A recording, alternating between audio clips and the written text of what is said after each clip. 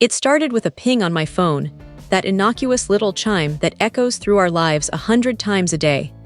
But this one was a grenade disguised as a notification. I was sitting in my dimly lit apartment, the kind of place where the walls seem to lean in like they're eavesdropping, nursing a lukewarm coffee after another soul-crushing shift at the call center. My thumb hovered over the screen, and there it was, a message from him. Derek, the ghost from my past who'd haunted me since high school, the bully who'd turned my teenage years into a battlefield of bruises and broken spirits. Hey loser, it read, remember me? Time to pay up on that old debt. Attached was a photo, me back in the day, cowering in a locker room. But what he didn't know was that this time, I wasn't the scared kid anymore. With one reply, I flipped the script and sent him straight to prison. This is how it all unraveled, one text at a time. Let me take you back to where it began, because every revenge story needs its origin, right? High school in Milford Heights was a pressure cooker of hormones and hierarchies, and Derek Harlan was the self-appointed king. 6'3", built like a linebacker with a chip on his shoulder the size of Texas. He wasn't just mean. He was calculated. He'd zero in on kids like me, quiet, bookish Alex Rivera, the one with glasses and a stutter when nervous. It started small, tripping me in the halls, accidentally spilling soda on my backpack. But it escalated. By junior year, he was extorting lunch money, threatening worse if I snitched. One night, after a particularly brutal prank that left me with a black eye, I swore I'd get even someday. But life moved on. I graduated, went to community college, landed a dead-end job. Derek, he vanished into rumors. Word was he got into shady stuff, drugs maybe, or worse. Fast forward 10 years. I'm 28, scraping by in the city, trying to forget the past. Social media had made avoiding old ghosts easy. I'd blocked everyone from that era. Until that night. The message popped up from an unknown number, but the tone was unmistakable. You owe me, Rivera, $500 by Friday or I send this pic to your boss. And your mom. The photo was grainy, but it hit like a punch. Me half-naked after gym class, Derek's cronies laughing in the background. Humiliating. But attached was something else. A screenshot of my LinkedIn profile, my work email. He'd found me. My heart raced. Panic first, then anger. How dare he? After all this time, I paced the room, the city lights flickering through my blinds like distant fireworks. That's when I remembered the old rumor mill. Back in school, whispers about Derek dealing pills in the parking lot. I'd dismissed it then, but now. I grabbed my laptop and did a quick search. Nothing concrete, but enough forum posts from our hometown about a Derek H. involved in sketchy deals. Then it hit me. What if he was still at it? What if this debt was code for something bigger? I didn't reply right away. Instead, I thought. Planned. See, I'd grown up. Taken self-defense classes, read books on psychology. Bullies like Derek thrived on fear. Strip that away and they're just scared little boys in big bodies. So I texted back. Derek, long time. What's this about? Keep it casual, draw him out. His response was immediate. You know damn well. That time I covered for you in chem lab. You never paid back the favor. Now it's $500 or everyone sees what a wimp you are. Covered for me? Bullshit. In chem lab, he'd sabotaged my experiment, made it look like I cheated. But I played along. Okay man, times are tough, can we meet, talk it out? He bit. Fine, tomorrow 8 p.m. Old Mill parking lot. Bring cash, no funny business. The old mill, abandoned, isolated. Perfect for him, risky for me. But I had a plan brewing. That night I couldn't sleep. I replayed every torment. The wedgies, the rumors he spread about me being weird, the time he locked me in the janitor's closet overnight. Teachers looked the other way, his dad was the football coach. But now, no safety net for him. Morning came and I called in sick to work. Then I did something I'd never done. I reached out to an old classmate, Mia, who'd been in our circle peripherally. She was a cop now, small town beat. Alex, wow, blast from the past, she said over the phone. Yeah, listen, Derek Harlan contacted me. Wants money, threatening me with old pics. She paused. Derek, he's bad news. We've had eyes on him for months, suspected in a drug ring. Pills, mostly opioids, but no solid proof. My pulse quickened. What if I could get proof? We talked strategy. Mia couldn't officially involve me, but off the record. She gave tips. Record everything, don't provoke, call if things go south. I downloaded a voice recorder app, tested it. But the key. Make him slip up via text first. Back to messaging. Hey, about tonight. What's the money for really? Old time's sake, he replied. Don't play dumb, I need it for inventory. You in or out? Inventory. Bingo, sounded like code for drugs. I pushed inventory like back in school. LOL, yeah, same game, bigger stakes. Oxys this time, $500 gets you off the hook. There it was, admission in black and white. My hands shook as I screenshot it, but I needed more. Cool, see you at 8.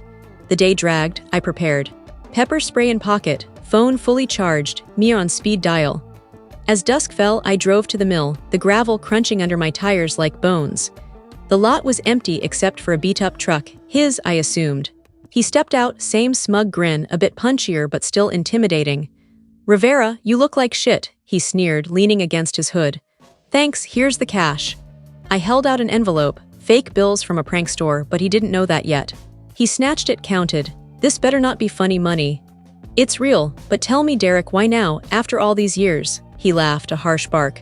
"Life's expensive. Got suppliers breathing down my neck. You were easy pickings back then. Figured you still are." "Suppliers for what? The oxys you mentioned?" His eyes narrowed. "What, you recording this?" "No," I lied, the app running silently. He relaxed. "Yeah, oxys, good money. I move 'em through the old crew. But enough chit-chat, we're square." As he turned to leave, I said, "One more thing, remember locking me in the closet? Karma's a bitch." He whipped around. "What you say?" That's when I hit send on the text I'd pre-typed. A forward of his earlier messages, straight to Mia's burner phone.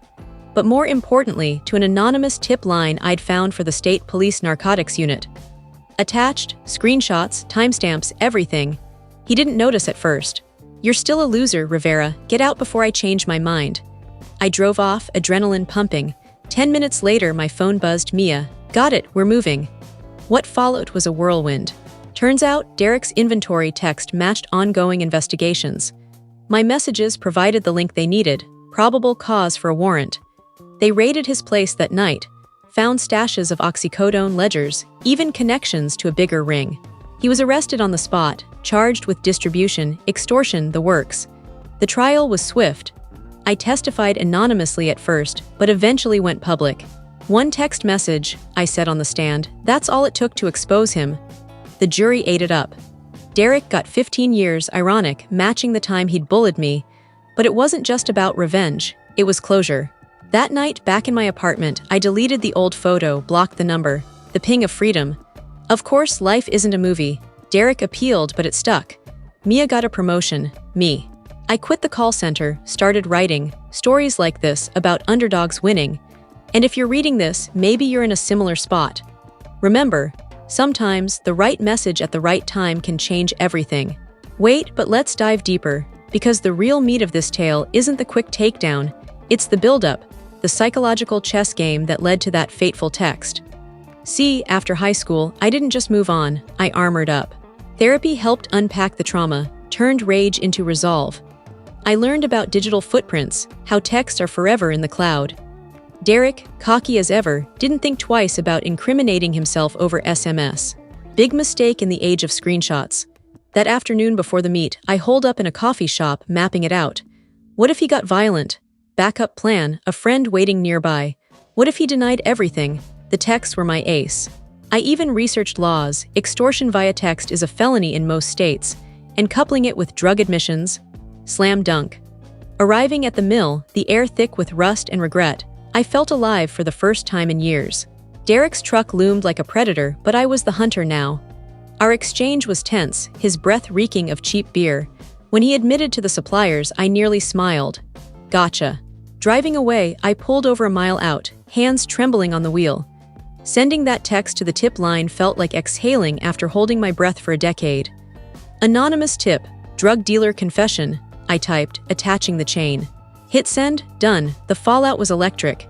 News hit the next day. Local man busted in opioid sting. Derek's mugshot, eyes wide with shock. His old crew scattered, some flipped for deals. Mia called, "You did good, Alex. But stay low, retaliation's possible." I did. Moved apartments, changed numbers. But the empowerment, priceless. Bullying leaves scars, but fighting back heals them. Months later, at a reunion I almost skipped, people whispered. Heard about Derek, some text did him in. I just smiled. One message, one bully down.